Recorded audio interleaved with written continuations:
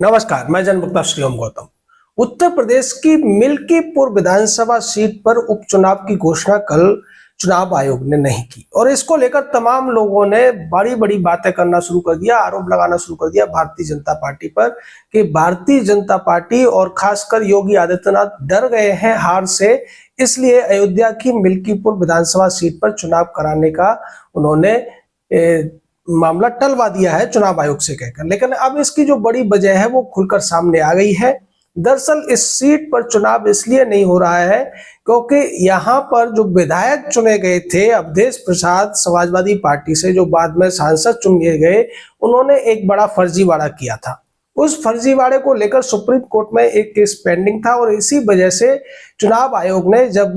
कल घोषणा की विधानसभा चुनावों की और उपचुनावों की, तो उसमें उत्तर प्रदेश की 10 सीटों में से 9 सीटों की तो घोषणा कर दी, लेकिन मिल्कीपुर को छोड़ दिया क्योंकि सुप्रीम कोर्ट का मामला अटका हुआ था।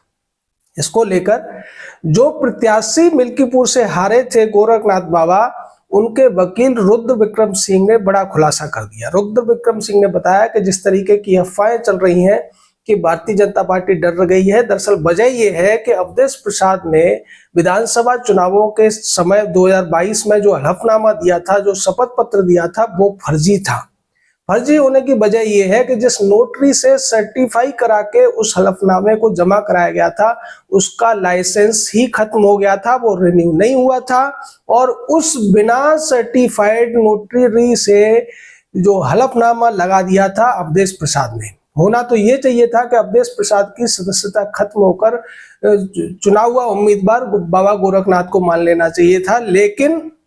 हमारे न्याय की जो प्रक्रिया है, जो लीगल सिस्टम है, उसकी आप समझ सकते हैं कि ये मामला पिछले 2 साल से लटका हुआ है और अब अवधेश प्रसाद वहां से इस्तीफा देकर सांसद भी बन गए हैं। तो इसको लेकर रुद्र विक्रम सिंह ने स्पष्ट किया कि चूंकि अब वो मामला ही खत्म हो गया है, इसलिए हम इस मामले की वजह से जो चुनाव अटका है, हम इस याचिका को सुप्रीम कोर्ट से 1-2 दिन में वापस ले लेंगे और उसके बाद चुनाव आयोग स्वतंत्र हो जाएगा वहां पर चुनाव कराने के लिए। इसको लेकर अखिलेश यादव ने कहा था कि भारतीय जनता पार्टी ने हार के डर से अयोध्या की मिल्कीपुर विधानसभा का उपचुनाव टलवा दिया है। दूसरी तरफ कांग्रेस के प्रवक्ता भी टीवी चैनलों पर यही कह रहे थे कि भारतीय जनता पार्टी डर गई है, वो नहीं चाहती कि अयोध्या में फिर से उसे हार का सामना करना पड़े और उसकी बेइज्जती हो, इसलिए उपचुनाव टाल दिया गया है। लेकिन अब चूंकि वजह सामने आ गई है, ये उपचुनाव भारतीय जनता पार्टी के हार के डर से नहीं टला है, बल्कि सपा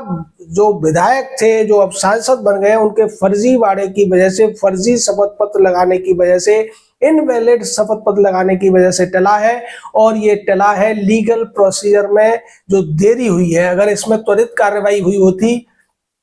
अगर आप समझिए कि ये मामला भारतीय जनता पार्टी के किसी विधायक या सांसद का रहा होता तो कितनी जल्दी इस पर कार्रवाई हो गई होती और उसकी सदस्यता भी चली गई होती। लेकिन चूंकि मामला ये सपा का था, ये इंडी गठबंधन के किसी व्यक्ति का था, इसलिए इस पर तुरंत कार्रवाई नहीं हुई और इसीलिए मीडिया ने भी इस पर बहुत ज्यादा हाय तौबा नहीं मचाई, जबकि ये मामला 2022 से पेंडिंग था। और अब चूंकि याचिकाकर्ता के वकील ने कह दिया है कि वो 1-2 दिन में इस याचिका को ही वापस ले लेंगे, तो आप समझिए 1-2 दिन में चुनाव आयोग इस